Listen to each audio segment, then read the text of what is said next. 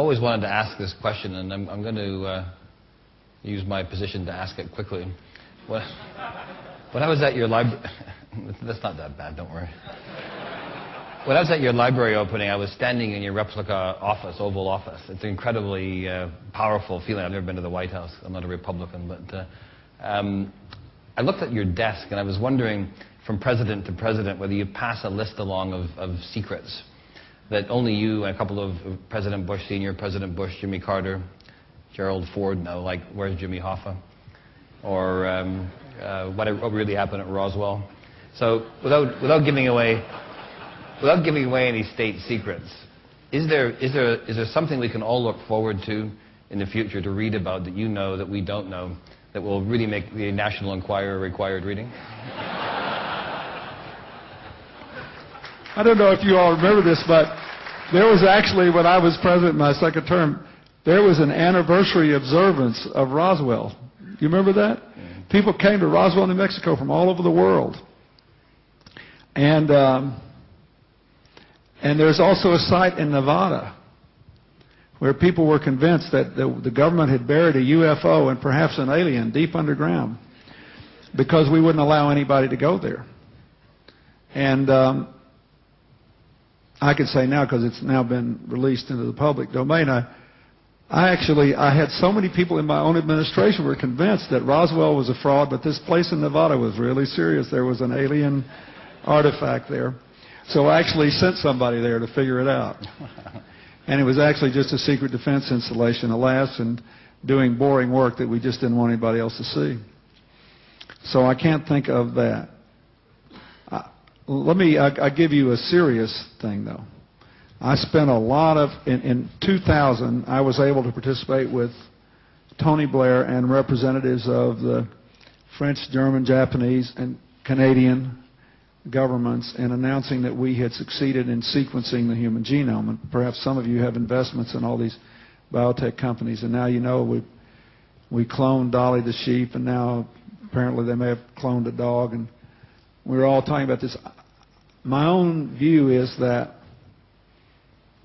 assuming we don't do something stupid like burn ourselves up with global warming or blow ourselves up with a military conflict we could just as easily avoid, I think a lot of these biotechnology issues will be the dominant sort of intellectual and ethical challenges of the lives of those of you who are 10, 20, 30 years younger than I am. Because I think that we are going to be able to save people's lives that, you know, in my generation couldn't be saved. And we are going to come up against the limits of our own mortality in a way we never could before. And a lot of the things that happen, good and bad, will be stranger than anything ever written in science fiction. But I don't know the answers. Which is one reason I would like to live to be 100, just to see what happens. So that means there's a list or no list? What? What'd you say? I was just joking. The list, you should have said, I don't know what you said, but you should have said there's absolutely no risk of that. Given my misspent youth, I'm lucky to be here now. What I did say was that there really is no list, or there is a list. The secrets. If there is one, I don't know it. I mean, the Roswell thing, I think, really was an illusion. I don't think it happened. I mean, I think there are rational explanations that I have succeeded, and I did attempt to find out if there were any secret government documents that reveal things, and if there were, they were concealed from me too. I wouldn't be the first president that underlings have lied to or that career bureaucrats have waited out. But there may be some career person sitting around somewhere hiding these dark secrets even from elected presidents. But if so, they successfully eluded me. And I'm almost embarrassed to tell you I did try to find out. Well, that...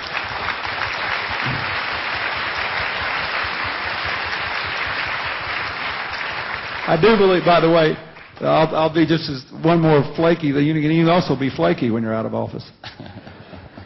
I believe that now that we know there are not hundreds, not millions, but billions of other solar systems out there, thanks to the Hubble telescope and what we know about black holes in the universe and all of that, the dimensions of physics are such that I would be quite surprised if in the lifetime of people that are no older than 30 here, we don't discover some form of life in another universe. It's pretty clear that there was something approaching elemental life on Mars at one time in the past, based on what we've already discovered there. So I say that only to say this. I hope all of you, wherever you live, will continue to support space exploration. Whether manned or unmanned is not so important, but we have to keep doing that. And I'm afraid that there will be a waning interest in it in the future. I think it's a great mistake. I think we should continue to explore the boundaries of our existence, both into the earth and beyond the skies. When I was president, we discovered in the bottom of the Amazon River, we were just a small part of this, but 2 previously undiscovered forms of marine life so deep in the Amazon that they had never been found, and all the efforts of marine biologists. So I think there are lots of interesting discoveries, biological, on Earth, and other discoveries in the heavens that those of you who are younger will get to see unfold. You'll have all kind of problems with them, but on balance, it'll be a plus. And it'll make life much more interesting. Well, as usual, 90 Minutes with President Clinton is never dull. It's a really wide range of subjects, and I thank you all very much for participating today. Please join me in welcoming the President, thanking the President for his... Thank you very much. Thank you.